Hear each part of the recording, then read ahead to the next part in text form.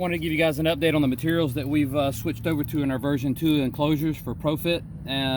This what you're looking at here is a piece of 8-ounce chop mat fiberglass with polyester resin, and this is our new material that we're using now. It's a lower density, lighter weight, and it's about 10 times stronger than the fiberglass.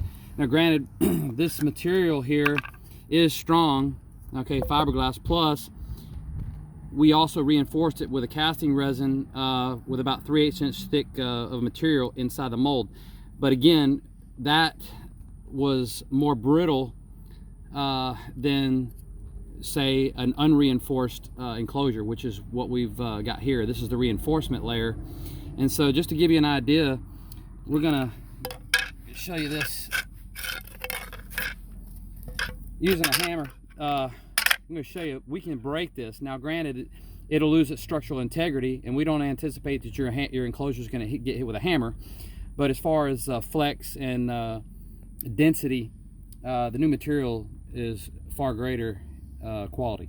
So this alone, you can see the integrity is compromised of this material. And again, it's pretty thick, but you can see where it already started shattering. Granted, anything's going to crack with a hammer, but let's get it in. So on this area that was not flat, you can see where all the fibers started breaking loose. Okay, now this kind of an impact, and I'm hitting this pretty hard, this kind of an impact basically is way greater than what you're going to get from a subwoofer in this application. So the new material itself, okay,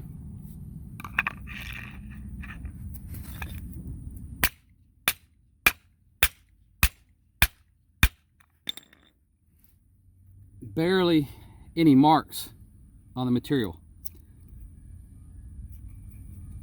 Not only did it hold up, you barely have any scratches here, but the density of this is half that of the previous enclosures.